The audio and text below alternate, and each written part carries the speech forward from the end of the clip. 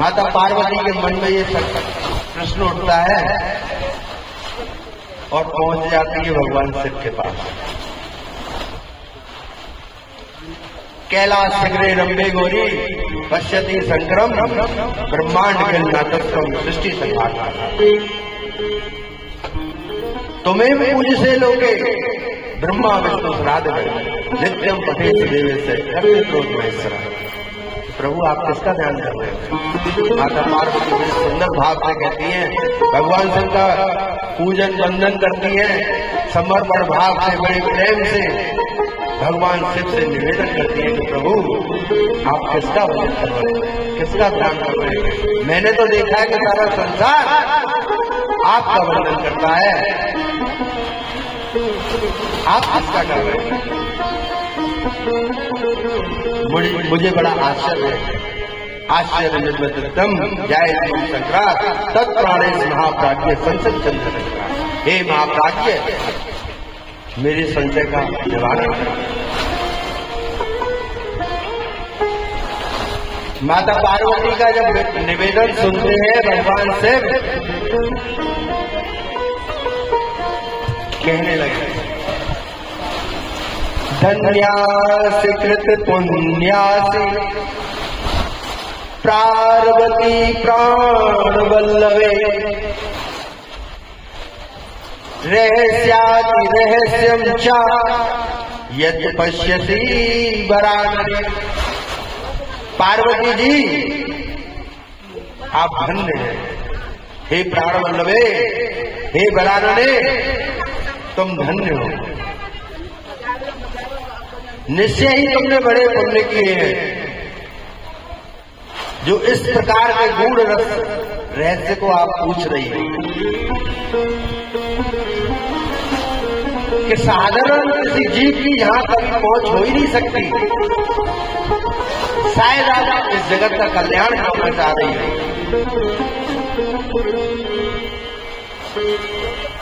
आपने प्रश्न किया भगवान से, एक बात और कहते हैं कि देवी स्त्री स्वावान महादेवी पुण्य स्त्री पर बच्चसी। कहीं आप स्त्री स्वभाव की तरह तो नहीं पूछ रही, जैसे स्त्रियों का स्वभाव होता है कि अपने केवल जानना ही है, मानना नहीं है। स्त्रियों का स्वभाव होता है। कल मैंने थोड़ी सी पोल खोल दी थी, आज एक नजर में आया रही,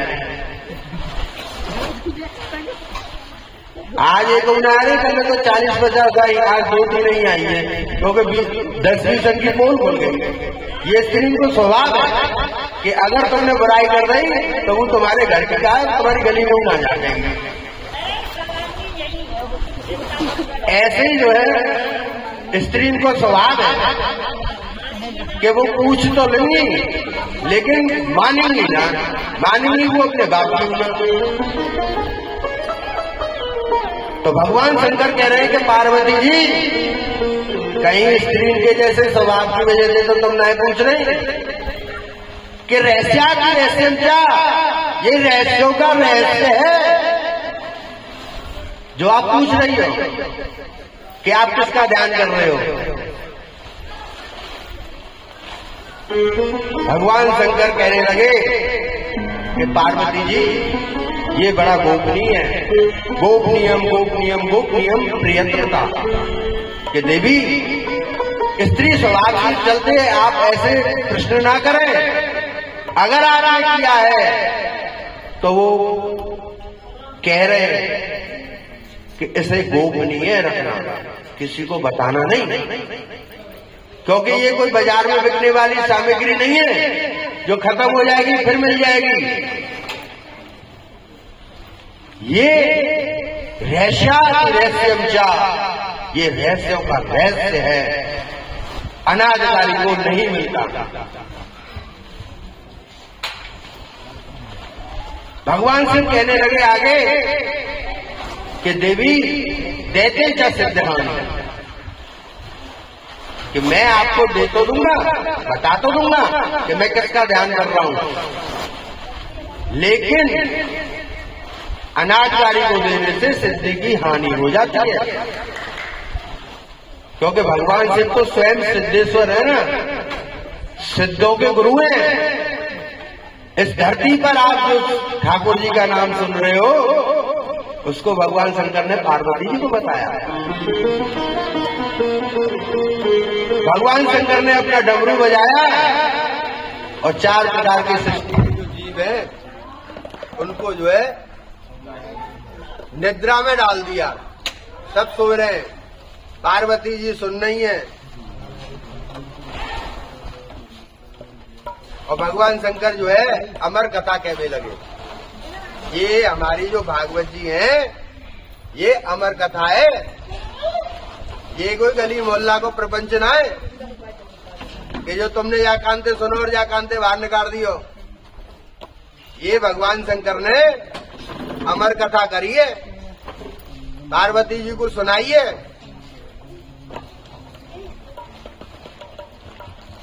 भगवान शंकर डमरू बजावे, डमरू बजते ही 4 प्रकार की सृष्टि शून्य है गई, निद्रा में चली गई। भगवान शंकर जो है कहने लगे अमर कथा की। अब महाराज एक लीला ठाकुर जी ने कर दी, क्योंकि ठाकुर जी की लीला हर समय चलती रहे, वो कबू बंधन आए हो। अब तुम अपने मन में कुछ सोच रहे हो, अब वो आके ये मोते तो मिला ही ना रहो, अब मैं अपनी लीला दिखाए लू। तो भगवान शंकर कह रहे हैं कि गोपनीयम गोपनीयम, और भगवान कह रहे हैं कि गोपनीय है तो लोगों ने कैसे पता लगेगी कि मैं हूं। तो भगवान ने लीला रच दी, और लीला ऐसी रच दी कि जैसे ही भगवान शंकर डमरू बजा रहे तो एक जो है तोता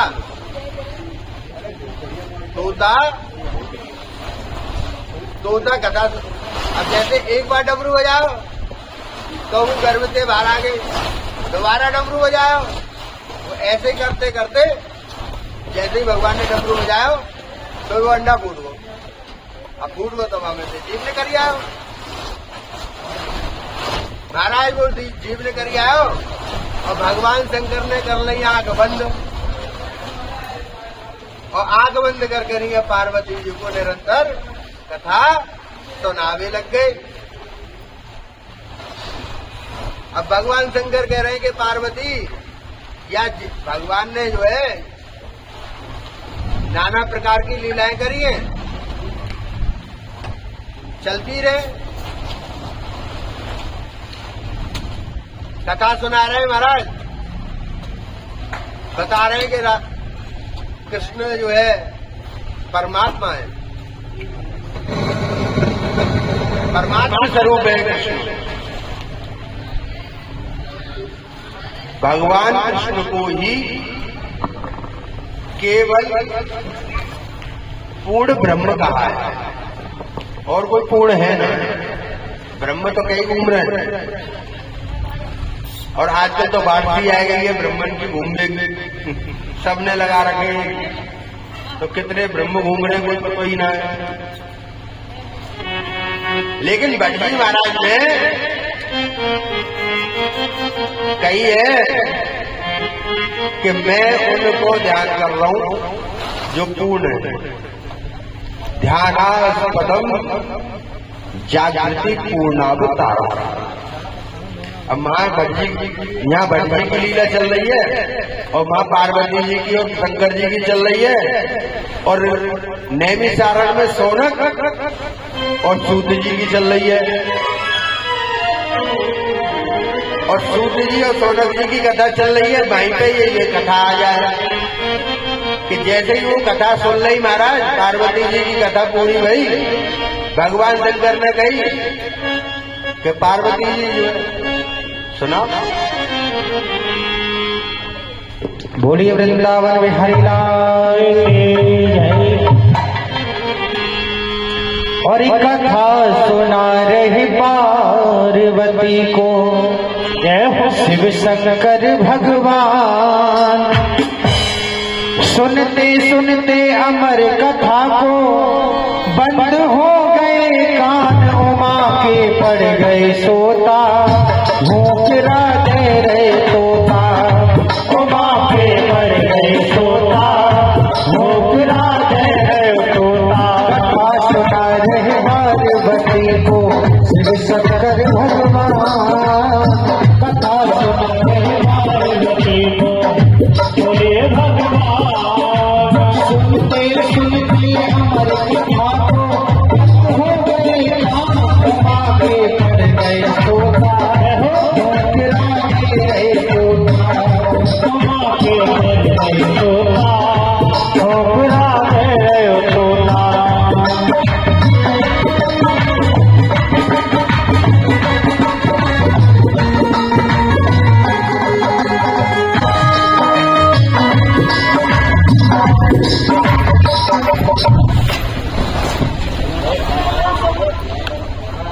सुनो, जनरेटर मत चले, माइक मत चले, कछु मत चले, हमारी कथा चलेगी। सुनने वाला होगो तो सुनेगो, नहीं तो अपने घर को जाओ। तो भगवान शंकर कहने लगे कि देवी ये जो है ना भगवान निरंजन है। कौन है? निरंजन। तो बाबा जी तुमने सुने होंगे कह में एक निरंजन। तो भगवान कौन है? निरंजन, जो अपनी माया पे अकेले अलग रह के और या पूरे विश्व को प्रपंच रच दे, या पूरे विश्व को रच दे। और वो रचे कैसे? त्रिगुणात्मक शक्ति भगवान की, 3 गुण भगवान की शक्ति के 3 गुण, जाते या पूरे विश्व की, जाते हम सबरी रचना वही है, या पूरे विश्व की रचना वही है। तो भगवान अपनी शक्ति से या विश्व की रचना करें, तो कैसे कैसे करें? तो पहले वो उत्पत्ति करें, पैदा करें अपनी माया से, फिर बाबू पालन करें, फिर संहार करें।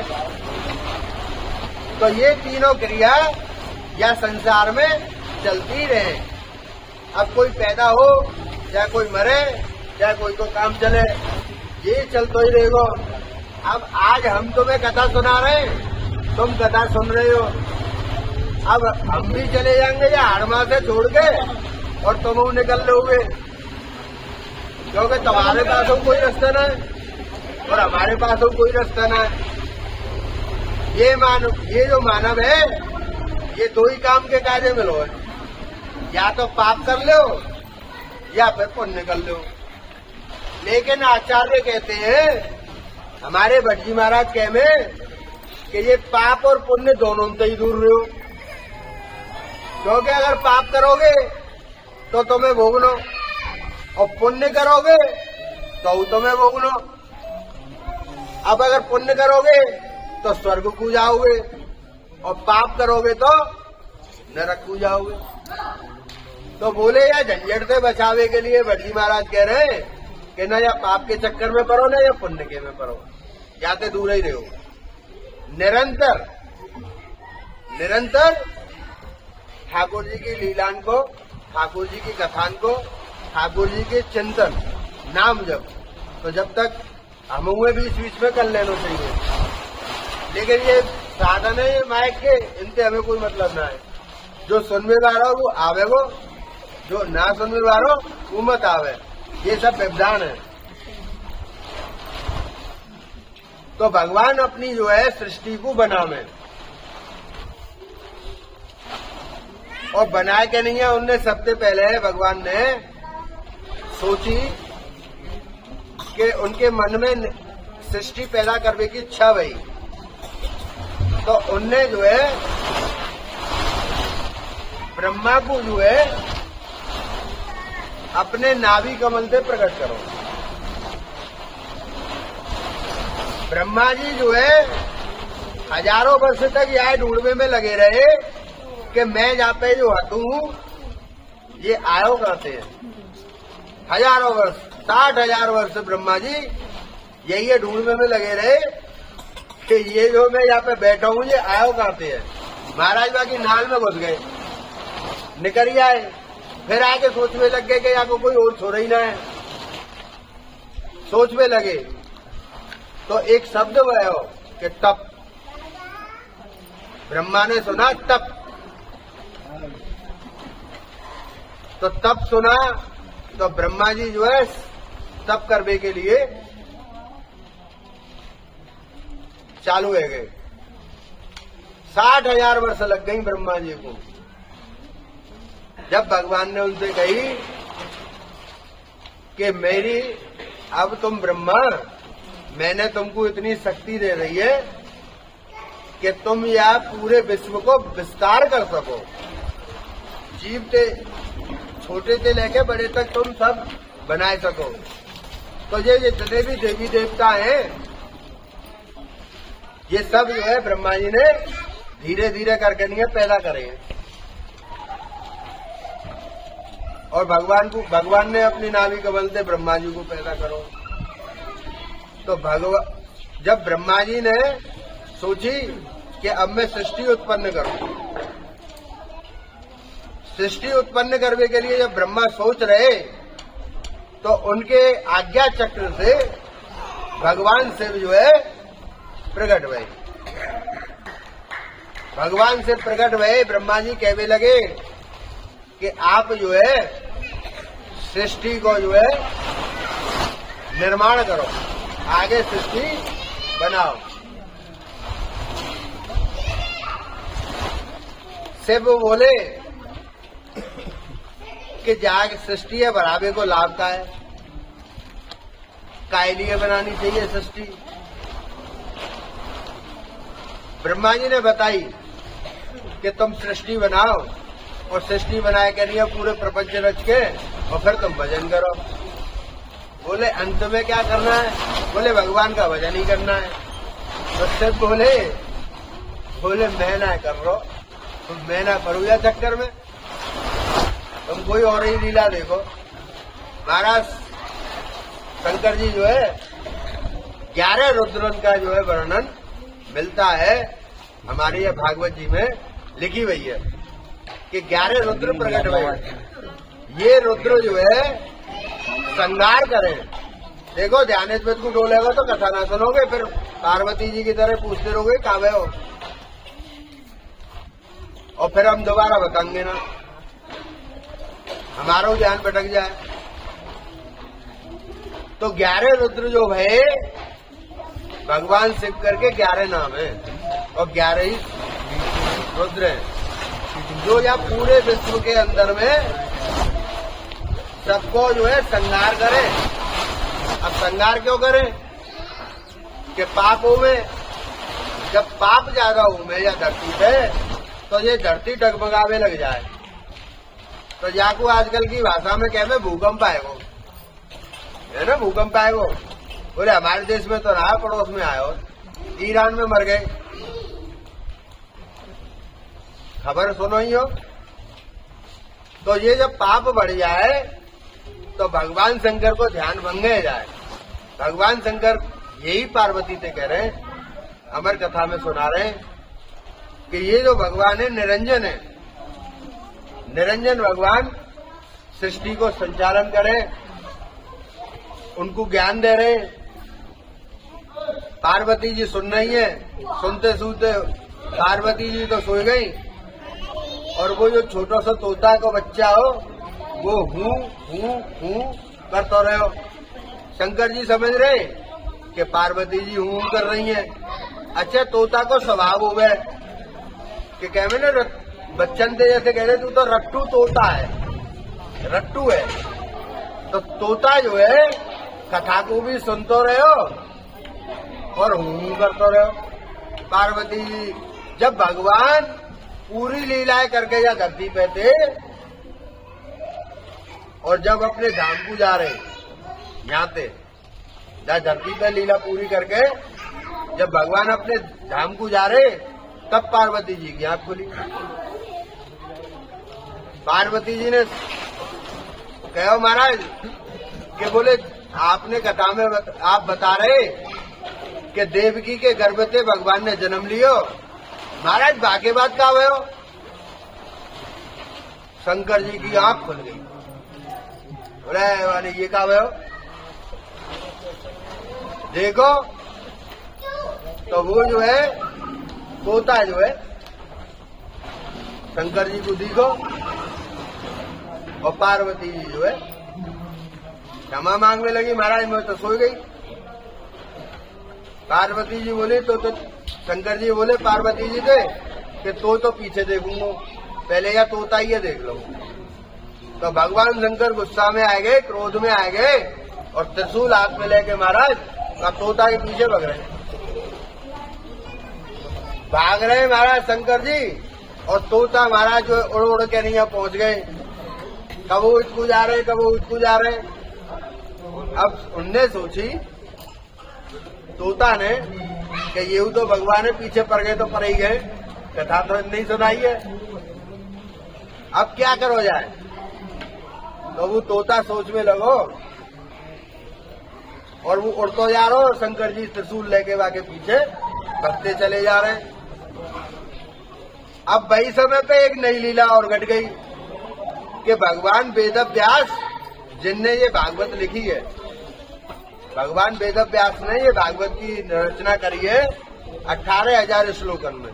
अब ये क्यों करी ये को बताएंगे आगे कथा में, पहले याद सुन लो नहीं तो फिर दूसरी कथा में पहुंच जाएंगे। तो वो वेद व्यास जी की जो पत्नी वो एकदम ऐसे उन्हें जमाई आई है मोफारो, और वो तोता उनके मोड़े में घुस गो और मोड़े में घुस के वो गर्भ में चलो। अब महाराज शंकर जी जो है आए, उनने कही ये तो जाम घुस गो। अब वेद व्यास जी की पत्नी, वेद व्यास जी स्वयं भगवान के अवतार। अब महाराज शंकर जी जो है ये सोच में पड़ गए कि कब वो तो बाहर निकले वो। अब महाराज जो तोता रूप जो है सुखदेव गर्भ में पहुंच गए। अब 12 वर्ष है गई गर्भ में रहते रहते। अब पत्नी जो है व्यास जी की वो थोड़ा कष्ट महसूस करने लग गई। अब यहाँ तो भैया 9 महीना में ही परेशान है जाए, उन्हें तो 12 साल है गए। महाराज प्रार्थना करने लगी अपनी पतिदेव से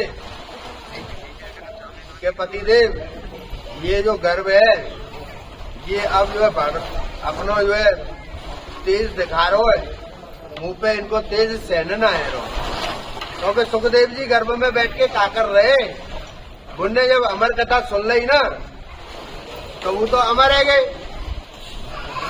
अब वो बैठ के नहीं है भगवान कृष्ण के चरणन को ध्यान करते रहे गर्भ में बैठ के और भगवान कृष्ण को भजन करते रहे। अब भजन करते करते महाराज उनको तेज बढ़ गो। तो व्यास जी की पत्नी पे वो तेज सहन नहीं है रो, उनने अपनी पतिदेव से विनय करी। व्यास जी आए, बोले भैया तू बाहर आ।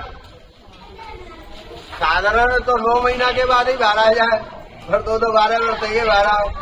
बोले महाराज मैं ना आऊंगा, बिल्कुल मैं तो यहाँ बढ़िया हूँ, सेफ्टी है रही है मेरी पूरी। बाहर शंकर जी खड़े त्रिशूल लेके, फिर वो भगनो पड़ेगा शंकर जी। अब शंकर जी भी सोच रहे कि कछु रास्ता तो नहीं कर रहा होगा। महाराज वेद व्यास जी की वाणी सुनकर सुखदेव जी ने कह दी कि मैं ना आऊंगा बाहर, कि मैं बाहर निकलो और माया मुंह पे व्यापी। शंकर जी पहले से तैयार खड़े हुए, 12 वर्ष हो गए खड़े खड़े।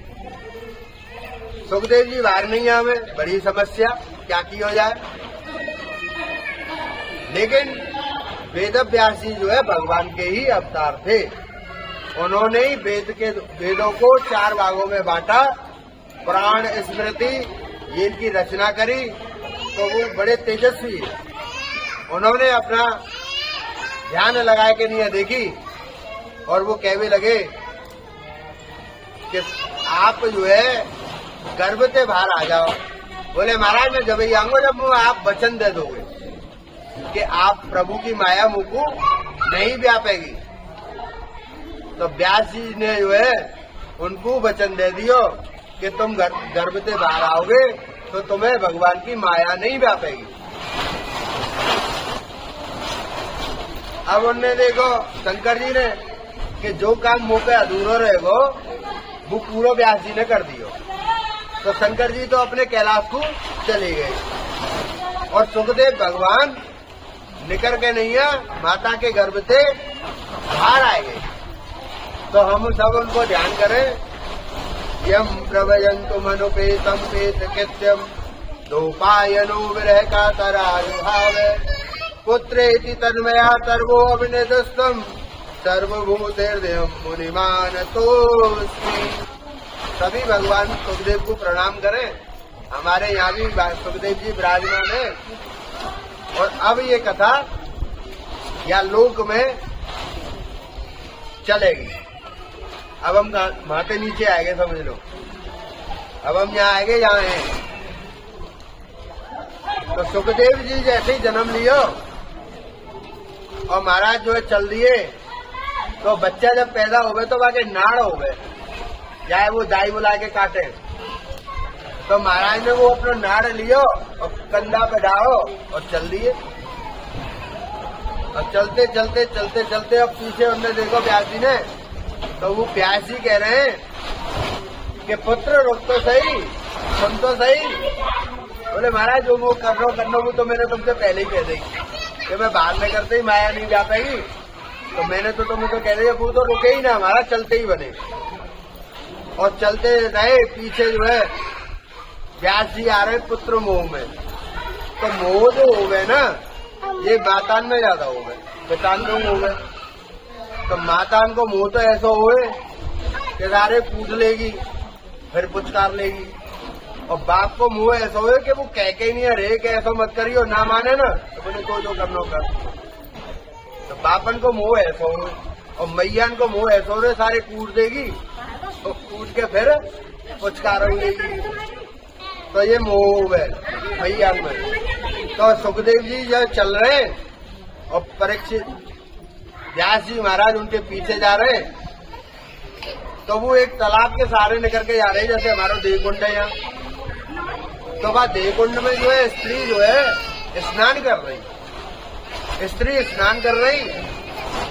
महाराज सुखदेव जी तो अपनी धुन में चलते गए। अब व्यास जी आ रहे पीछे, तो वो क्या देख रहे हैं कि सुखदेव तो निकल गए, 16 साल के सुखदेव जी तो निकल गए।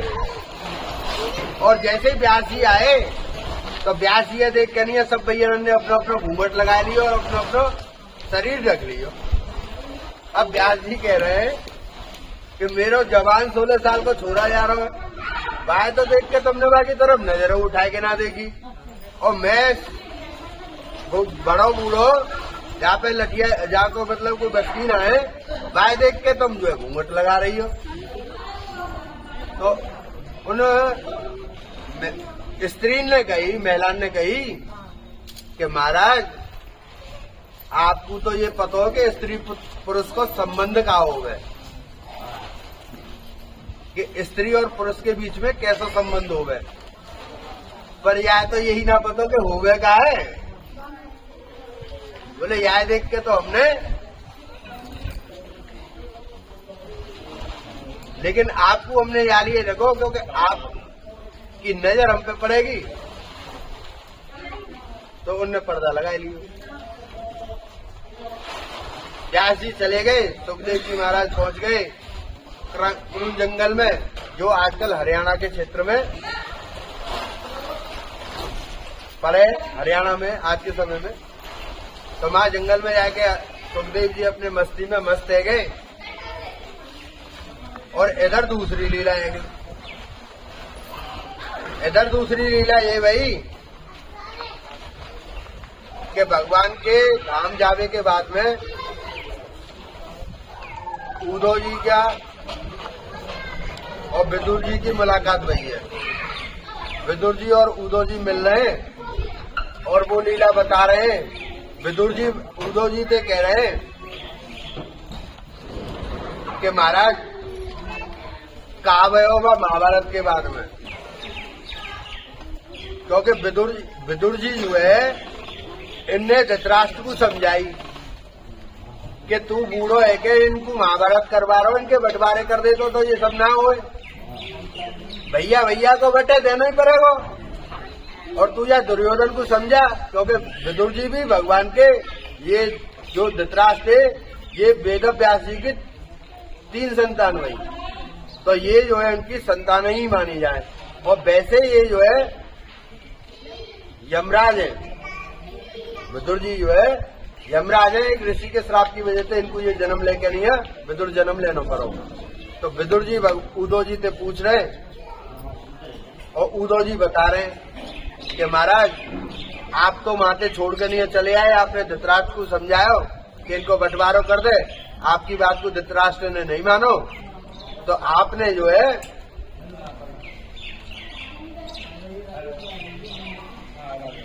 वो माते चले छोड़ छाड़ के नहीं है। विदुर जी तो निकल गए अपने भ्रमण पे।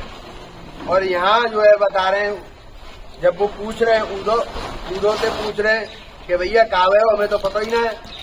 तो उदो जी बता रहे हैं विदुर जी को कि भगवान कृष्ण ने जब तुम माते आए गए विदुर जी, तो उनने भगवान ने समझाया हो जाए कि नहीं है अर्जुन को कि या तो तू 3 ये जो है इनको दे दे पांडवन को 5 नगर, ये 5 भैया 5 नगर दे दे, और ना दे तो बोले अब याचना नहीं, अब रण होगा। और ऐसा रण होगा जो फिर कभी नहीं होगा। भगवान आए गए, दुर्योधन कहने लगो कि अरे तू है ना वृंदावन में गैया चरावे वाला तू गोकू के अंदर हो, मैं तो अभी बांध के नहीं जेल में डाल दूंगा। तो भगवान ने जो है कई बातें दुर्योधन से कि तू बांध के तो दिखा, तेरी इतनी ताकत कहाँ है, तेरी इतनी बस्ती कहाँ है तू वो बांध सके।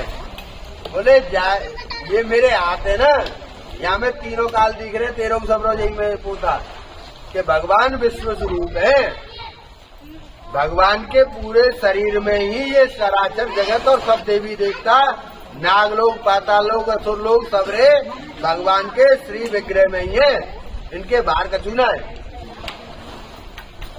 विराट का भगवान ने दर्शन दिया वहां, तो बाकू केवल 2-3 जन नहीं देखो, जैसे कृपाचार्य ने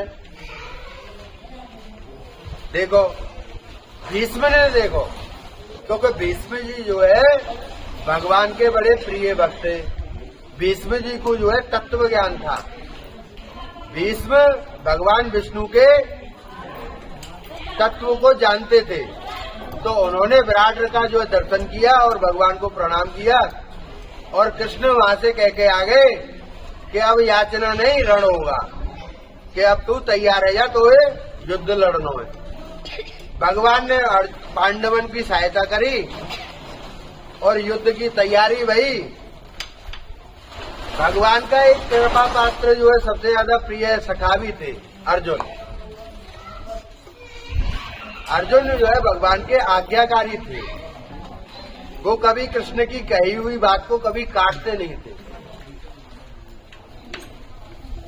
जो कृष्ण ने कहा अर्जुन ने वो किया, क्योंकि अर्जुन भी कोई साधारण नहीं है। इंद्र भी, जो इंद्र है ना, इंद्रदेव, इंद्र देवता ही अर्जुन है। ये देवता जो है भगवान के आज्ञाकारी बन के जब रहे तब तो ये रहे सुरक्षित, और जब ये गड़बड़ करे तो ठाकुर जी अपनी माया से इनको बैंड बजावे में देर न करें। इनमें वो ठोकर परवामे देवतान में राक्षस आ जाए ऐसे से महाबली के मार मार के इन्हें भूत बना रहे। अब भगवान ने इनको अमृत पिवा दियो, देवतान को अमृत पिवायो ना। आगे कथा आवेगी, क्योंकि ये 7 दिन की कथा है। अब हम दूसरे दिन के उस बा में चल रहे हैं, तो नित्य प्रति कोई न कोई कथा हमारी चलती रहेगी। तो अभी हमारी सुखदेव जन्म की कथा चली है, अब ये यहाँ विदुर जी की और जो है उदो जी की चल रही है। तो उदो जी को बता रहे हैं विदुर जी को कि महाराज बाने नहीं मानी, महाभारत को युद्ध 18 दिन में हो, 18 जून में भगवान ने अपनी सेना को मरवा दी। बोले भगवान ने अपनी सेना मरवा दी? बोले क्यों? बोले दुर्योधन की जो पत्नी वो संतान ही ना, बाकू महाराज जी भगाए के ले गए कृष्ण पुत्र, तो वो समझी भी लगे दुर्योधन के भगवान कृष्ण। तो समझी के नाते दुर्योधन पहुंच गो द्वारका में, और भगवान से कहवे लो, अच्छा दुर्योधन को जो एक सहपाठी हो या है कहवे मामा सपनी। तो मामा सपनी ने दुर्योधन को सलाह दी, बोले कृष्ण जो फुदक रो है ना, या की सेना बड़ी बलशाली है, 18 अक्षणी सेना है। 18 अक्षणी सेना को मतलब कि पूरे विश्व के अंदर में, पूरी दुनिया में बातें बड़ी बाटन सेना ना आई कोई पे। जितनी कृष्ण बलराम के पास में सेना थी, इतनी कोई और के पास ना आई। तो ये भगवान से लड़ने के लिए जितने भी आए ना मरवे के काजे, तो ये सबरे इकट्ठे क्या आवे। तो दाऊ जी से भगवान ने कह रखी कि दाऊ जी महाराज इन्हें सबरे ने तो मारेंगे, पर ऐसा करियो जब ये इकट्ठे जाए जब मारेंगे। एक संग सुपड़ा साहब न करेंगे, मतलब एक इनको एक है बचा के रखो और सबरे ने सुलटा दो, फिर ये जावेगो, फिर इकट्ठे करके लावेगो अपने सहपाठी ने कि भैया मैं तो पिट के आया हूँ, तुम मुंह बचावे चलो। तो दाऊ जी को ये भगवान ने शिक्षा दी। तो महाभारत के युद्ध के कार्य तैयारी है रही, और दुर्योधन कृष्ण के पास द्वारकापुरी में पहुंच गए, और अर्जुन भी। अब दुर्योधन अर्जुन गए हो तो भगवान के पैरन में खड़ो है, भगवान कृष्ण लेटे भाई, तो अपनी सैया से सैनगर में दुर्योधन गए हो, अरे और समझी थी का हाल है, भगवान ठीक है, जाके सराहने पे खड़ो है वो भगवान के। अब भगवान ने अपने नेत्र खोले तो अर्जुन तो पैरन की तरफ खड़ो, तो पैर आंख खोलते ही जैसे ही उनने देखो तो वो पैरन की तरफ ही नजर जावे सबसे पहले आदमी जगह। तो वो पैरन की तरफ जैसे ही देखो तो वहां तो अर्जुन खड़ो। तो भगवान बोले अर्जुन कैसे? तो लपक के नहीं है दुर्योधन बोलो महाराज मैं पहले आया हूँ। तो ठाकुर जी मुस्कुराए भी लगे, बोले ये वो अपनी चला रहा है, तो कोई बात ना पहले तो ही आ जा। बोले बता भाई समझी क्यों आए हो, काय को आए हो? बोले महाराज तुमने युद्ध की तो कही रही है, पांडव और कौरवन में युद्ध हो गए वो। तो बोले मुझे आपकी सहायता चाहिए। भगवान बोले बोल, एक मैं हूँ और एक मेरो ये सब है। बोले महाराज अपनी सेनाएं दे दो। बोले ठीक है सेनाएं तू ले जा। भगवान ने आदेश कर दियो कि भैया या कौरव पांडवन के युद्ध में मेरी सेना जो है कौरवन की तरफ से लड़ेगी। अर्जुन मुस्कुरा रहा है, दुर्योधन अपनो काम करके नहीं निकलता बनो, बोल तू बतरा ले मैंने तो कर लियो अपनो काम, अब तो यहाँ पे बचो ही का है, खुद ही रहेगो, ही क्या करेगो मेरो सेना तो जाकी सबरी मेरे संग लड़ेगी, अभी अकेला हूँ क्या करेगो। बाकी ऊंची बुद्धि भगवान को कोई जान ना सके, ऊंची बुद्धि की वजह से दुर्योधन ने भगवान की सेना ले ली और वो चलोगो। और अर्जुन जो है भगवान के चरणन में चित्त लगा रहा है कि गिरधर मोह तो विश्वास है आप ही मेरो बेड़ा पार करोगे, मेरो कोई संसार में संग नहीं देगो, लेकिन आप मेरो कभी संग नहीं छोड़ सको।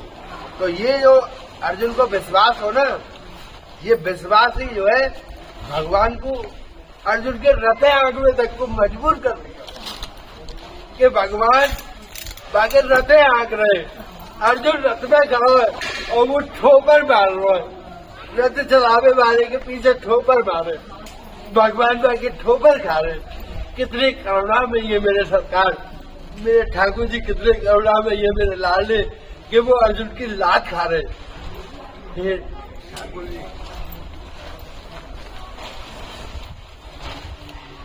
लात खा रहे। महाराज अर्जुन बोलो प्रभु मुझे विश्वास है आपके ऊपर, संसार एक तरफ है जा पर आप मेरे संग दोगे गोविंद। गोविंद कह रहे हैं मुस्कुराते हुए अर्जुन अब मेरे पास बचो ही क्या है, मैं ही हूँ। बोले महाराज मुझको आपके चरणन पे विश्वास है, मुझको हमको आपके चरणन पे विश्वास है। बोले ठीक है तो हुंदो। महाराज दोनों सेनाएं इकट्ठी है गई, बीच में जो है इधर लंबी चौड़ी सेना है, इधर धर्म के संग में आवे बारे। तो या युद्ध को बोले धर्म युद्ध। ये कुरुक्षेत्र में भयो, कुरुक्षेत्र में जो है धर्म युद्ध हेरो है। और दोनों सेना खड़ी हुई है, इधर पांडवन की इधर कौरवन की। कौरवन की विशाल सेना है, भगवान की सेना आई, और बाकी जो राक्षसन के जो समूह वो सेना है गई। उन्होंने कहा ये तो एक दिन को युद्ध ना है, ये क्या करेंगे, पांडव में 5 भैया ने सलटा देंगे आज ही। और भगवान जो है रथ चला रहे और अर्जुन उनको जो पीछे से दे रहे है। अर्जुन ने देखो तो बाकी अंदर में भाव आयो कि जब ये संसार में कछु जानो ही ना है, अकेले ही जानो है या राजपाट है लेकिन ना जानो, तो युद्ध क्यों भाई? यही तो है, हाय अंध संपत्ति है, विचार करके नहीं है। बोलो माधव, आप जो है रथ को जो है बीच में ले चलो। दोनों सेनाओं के बीच में रथ खड़ा कर दिया भगवान ने। और अर्जुन कह रहा हो प्रभु कि ये संपत्ति के कार्य युद्ध है रो महाराज, या संपत्ति है क्या करेंगे हम? बोले यही है वो बंधु, युद्ध खत्म करो महाराज। रथ अपनो धनुष रख दियो, बैठ गो सोच में, महाराज मुंह ना चाहिए कछु, इन्हें दे दो युद्ध, मुंह ना कर लो। भगवान कृष्ण कहने लगे अर्जुन मैंने ये संसार कर्म से ही बनाया हो, युद्ध तो होगा। और तू सोच रहा हो कि युद्ध तू लड़ रहा है, युद्ध तू ना लड़ रहा, युद्ध तो मेरी माया करा रही है। क्योंकि यहाँ संपत्ति पे विवाद होगा वहां होगा ही होगा। आजकल तो घर घर में युद्ध है रो, संपत्ति को ही है रो। जो अन्याय से जो है भैया के हकूक खा जाए, बाकी युद्ध को सामना करना ही पड़े। आज कोई महाभारत चल रही है या घर घर में चल रही है। भगवान कहने लगे अर्जुन कि तू सोच रहा हो कि युद्ध तू लड़वे आयो है, युद्ध लड़वे तू ना आयो, युद्ध तो मेरो सुदर्शन चल रहा है। ये सब देखो, ये सब कट रहे हैं ना, ये मरेंगे जितने, ये सब मेरे सुदर्शन के कटेंगे। इनके शरीर, आत्मा तो मैं ही हूँ, आत्मा दूसरी ना है, शरीर मरेंगे, विचार मरेंगे। भगवान समझावे लगे अर्जुन जैसे तैसे युद्ध के कार्य तैयार है वो। जब भगवान ने बाबू विराट रूप दिखायो कि सब जन्म मुझी से पाते हैं और लौट मुझी में आते हैं, कि ये सब संसार मुझसे ही जन्म पा रहा है और मुझ में ही लौट के आएगा। भगवान ने अपना विशाल रूप दिखायो, बाबू केवल एक व्यक्ति देख रहा है और कोई नहीं देख रहा उसको। या तो अर्जुन देख रहा है या एक और देख रहा है। वो देख रहा कौन? धृतराष्ट्र के पास में जो संजय देख रहा है और अंधे को बता रहा है कि जब धृतराष्ट्र के पास में भगवान वेदव्यासी आए तो उनने बापू दिव्य दृष्टि दी संजय को कि ये जो 18 दिन युद्ध होगा या को संजय देख सके महायुद्ध में कायरो है। तो जब भगवान ने विराट रूप लियो तो संजय बाबू आनंद ले रहे, संजय भगवान को भक्त हो। तो जो भगवान के भक्तों में उनको सब चीज मिल जाए। अर्जुन ने जब वो स्वरूप देखो, बोले अर्जुन युद्ध तू ना कर रहा हूं, युद्ध तो मैं कर रहा हूं, क्योंकि मेरो जो जन्म भयो है ये या संसार पे थे बढ़ते हुए पापन को और पापिन को खत्म करने को भयो। भगवान को एक नाम है पुंडरीकाक्ष, सुनो तो होगो एक बार। पुंडरीकाक्ष, पुंडरीकाक्ष उसको कहते हैं जो पापों को क्षय कर दे। पुंडरीकाक्ष नाम लेने से ही तुम्हारा पाप क्षण हो जाएगा। तो जब भी हमारे ये पंडित जी बहुत नाम है ऊंचे ऊंचे स्वरन में कि पुंडरीकाक्ष अपवित्रो पवित्रो वा सर्वागस्तं गतो विवा, और ये स्मृत पुंडरीकाक्ष से वैयंतरा सची, कि ये पुंडरीकाक्ष भगवान आप हमारे बाहर और भीतर दोनों जगह शुद्ध कर दो। तो वो मंत्र के प्रभाव से ही, पुंडरीकाक्ष के प्रभाव से ही पाप नष्ट है। तो देखो नाम के प्रभाव, अब हमारी इतनी कथा चल रही है ना, तो यहाँ कोई ना कोई सब पाप की घटनी लेके आ रहा है। अब जब तक वो पुंडरीकाक्ष की चर्चा ना रही, जब तक हमारी सारी देवता बात है, तो ठाकुर जी ने कही जब तुम पहुंचेंगे वो पुंडरीकाक्ष है तो ले योग में तेरी घटना में विद्वान आ रहे थे, सुनने का रहे तुम विद्वान आ रहे योग में दूर करे तो ठाकुर जी तो मेरे लाल हुए। जब वो अर्जुन की ठोकर खा सके तो हम तो ठाकुर जी के चरणन में ही पड़े हुए, गुरु जी के चरणन में पड़े हुए, ठाकुर जी के में हो चरणन हो, पर हमारे गुरु जी तो है, हम उनके चरणन में तो पड़े हुए हैं, क्योंकि हमारे गुरु भी गोविंद है और गोविंद भी गुरु है। ये दो ना है, ये तो तुम्हारी भेद बुद्धि का फर्क है।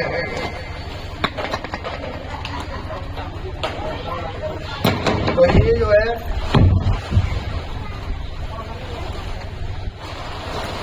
युद्ध के बाद कौरव मारे गए।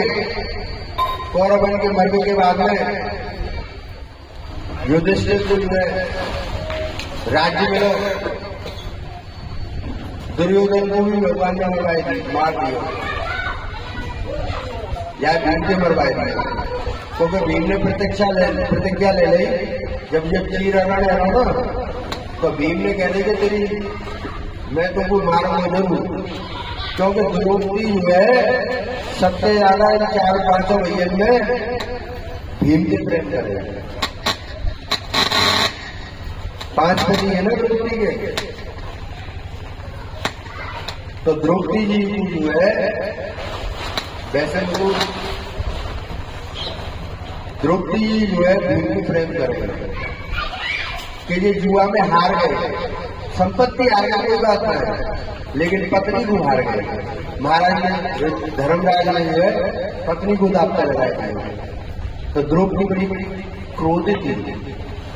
तो बाकी वो अंदर के दुख को लेकर भीम ने सौगंध खाई कि द्रौपदी क्या ये चारों भैया पीछे हटे, पर मैं तेरे अपमान को बदला लूंगा और जाके छातियां चीर के जाके लहू से तेरे बारे में लूंगा। ये मैं आज सबके सामने सौगंध ले रहा हूं। तो द्रौपदी जो है भीम से प्रेम करे, वैसे रहे तो इनमें सबके संगी इन भैया में बंटवा रहे हो कि एक रात जाके संग में रहेगी तो चारों में से कोई सोना जाएगा। तो इनकी पहचान कैसे हो गई कि इनकी पहचान ऐसे हो गई कि सबके जूता चप्पल अलग अलग है,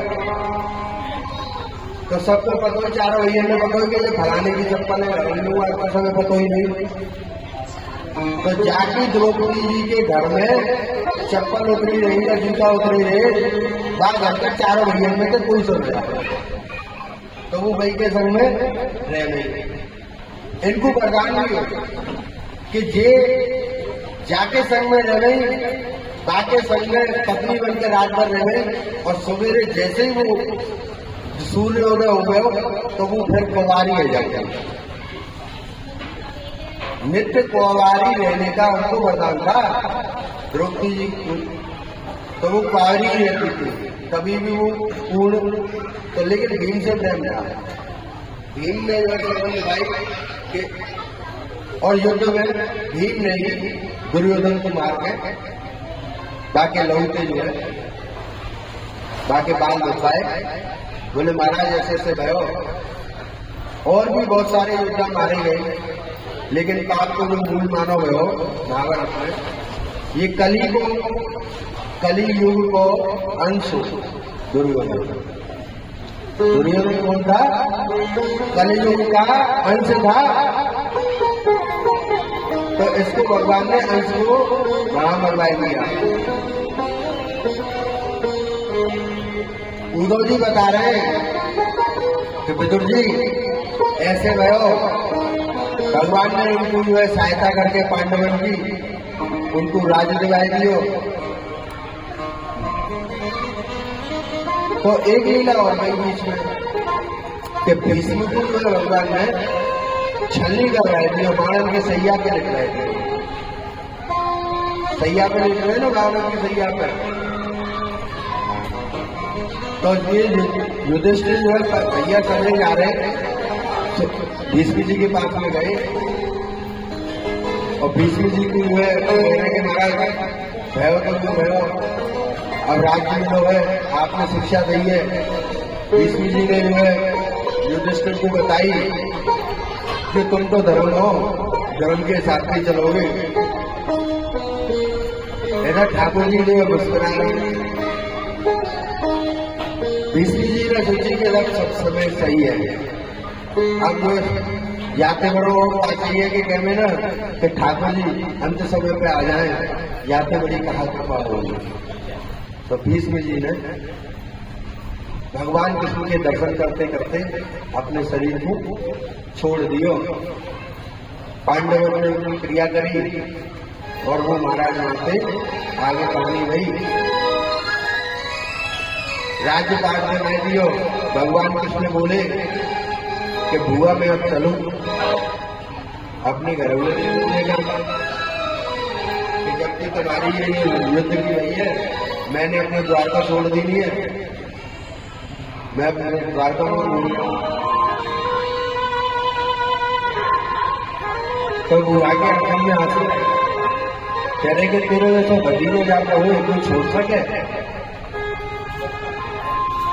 कह रहे कि तुम केवल मेरे कष्ट में ही संग है, मेरे सुख में नहीं।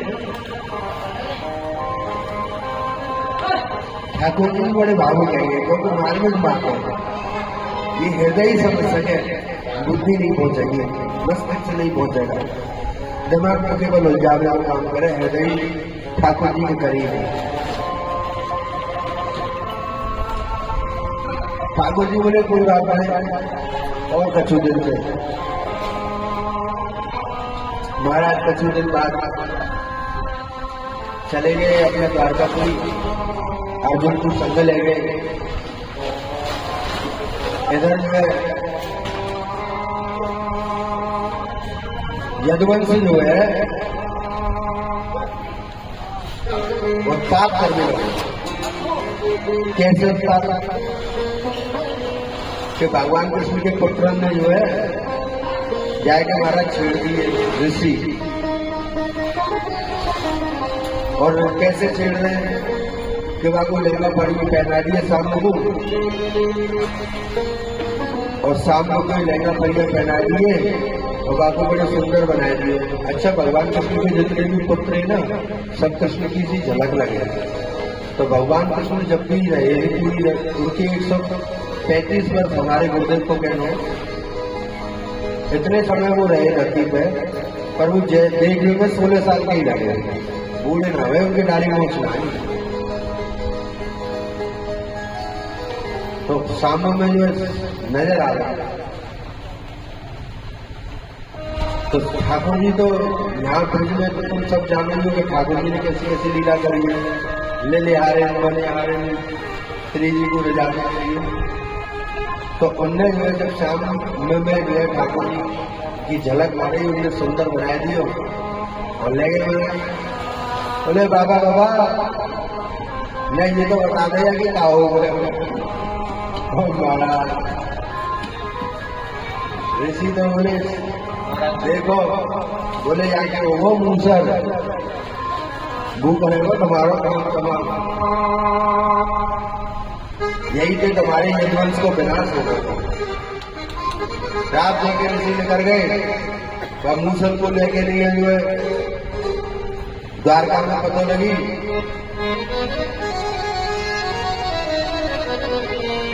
और महाराज जो है मंत्री ने सलाह दी कि जब मूसल को पिसवाए जाए और समुद्र में भगवान होना करेंगे। बड़ा बारीक पिसवाया गया और बाद में जो है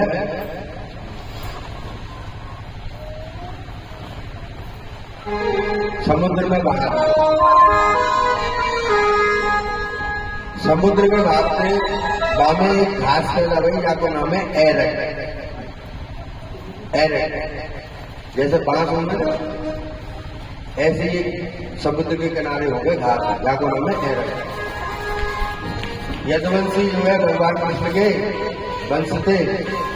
भगवान कृष्ण के एक पत्नी थे जो है 10 पुत्र, एक कन्या है 11, एक पत्नी थी। और पत्नी कितनी? 16,108। ये सब पत्नी पत्नी।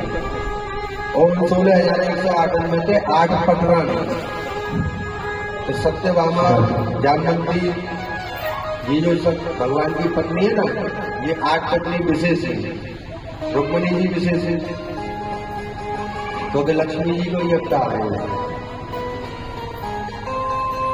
बाबू अब ये यूनिवर्स तो काफी भड़को, ये सब बताए नहीं। या तो भी एक रहस्य में आपको बताऊंगा कि जब भगवान समुद्र मंथन करके निकला और 14 रत्न निकले, तो लक्ष्मी जी को प्रागट्य जो है बस समुद्र में नहीं बताया, सिंधु सिता। तो जब भगवान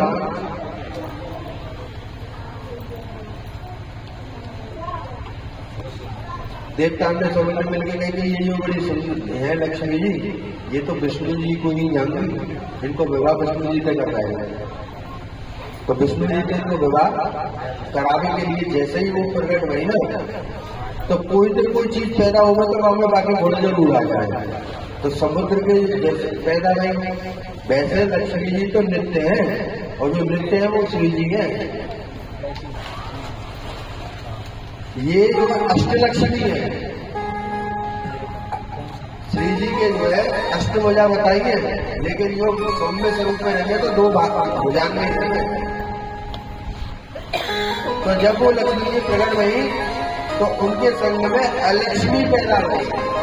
अलक्ष्मी, लक्ष्मी और अलक्ष्मी 2 पैदा हुई एक संग। तो लक्ष्मी जी की जो छाया है वो अलक्ष्मी।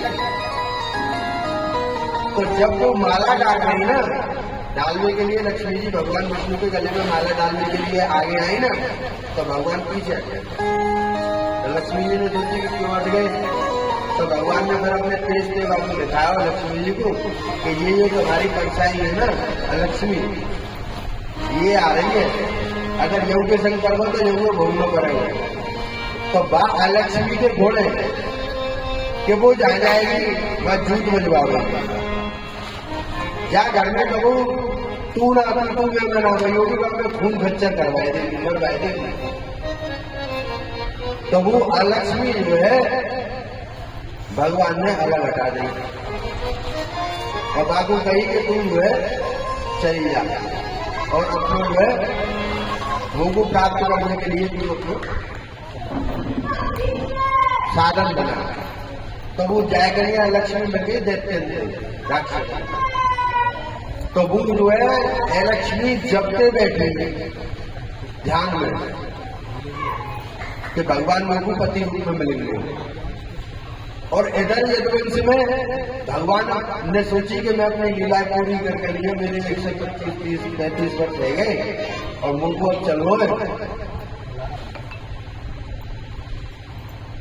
तो वो लक्ष्मी जागृत है और जगते ही वाले ढूंढोगे कहाँ है वो मेरे विष्णु भगवान। तो उन्होंने देखा वाला ये तो यहाँ पे द्वारका में भोग रहे, रुक्मणी बैठी हुई है, अष्ट सहचरी है, वो लक्ष्मी जी को ही स्वरूप मानोगे उनको, रुक्मणी जी को। उमा बैठी है, क्रोध आएगा जरा आएगा ही। तो वो देखने में बिल्कुल लक्ष्मी जी की हूबहू ही लक्ष्मी सेम टू सेम, एक व्यक्ति और फर्क ना हो। तो वो जब आई द्वारका में उपद्रव शुरू है, बुद्धि भ्रष्ट है वो शुरू है।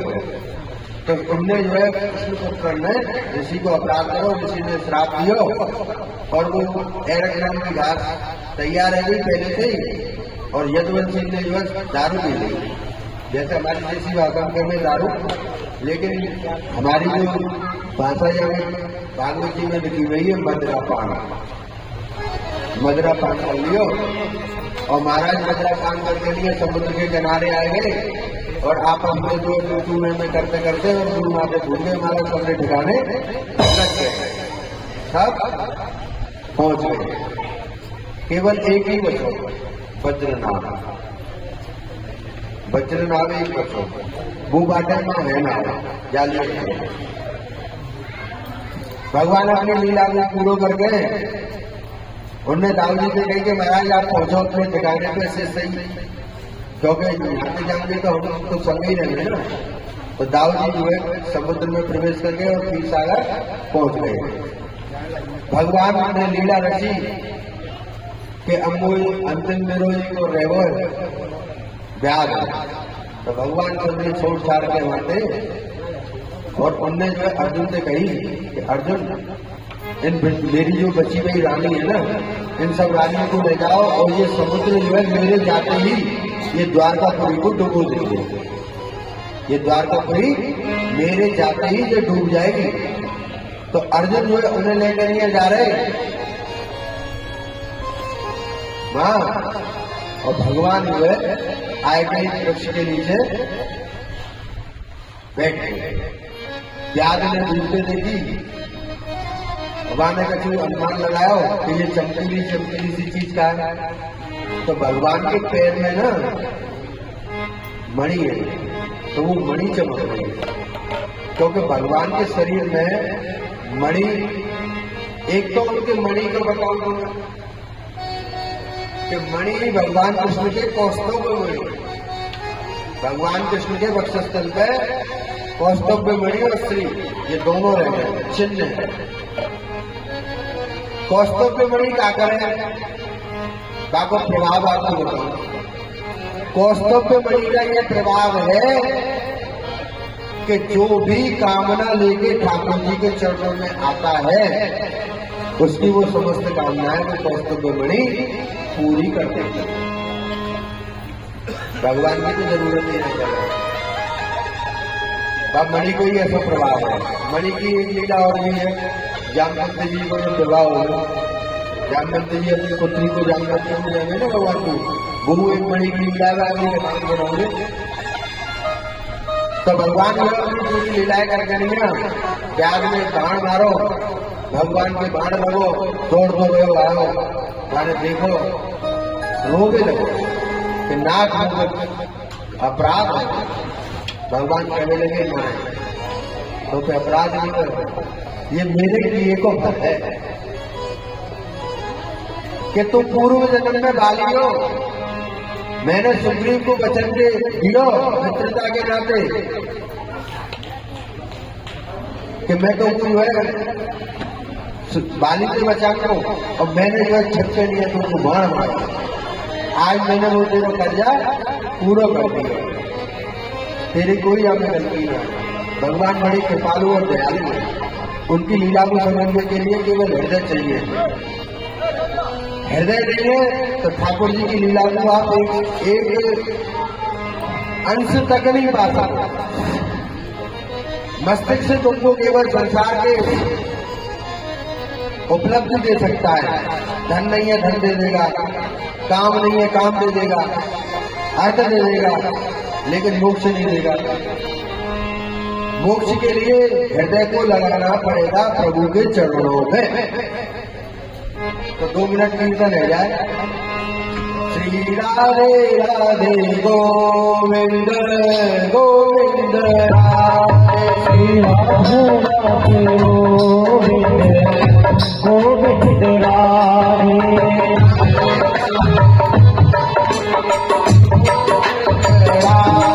श्री राधे राधे गोविंद गोविंद राधे, गोविंद राधे बोलो गोपाल राधे, गोविंद राधे बोलो गोपाल राधे, राधे राधे गोविंद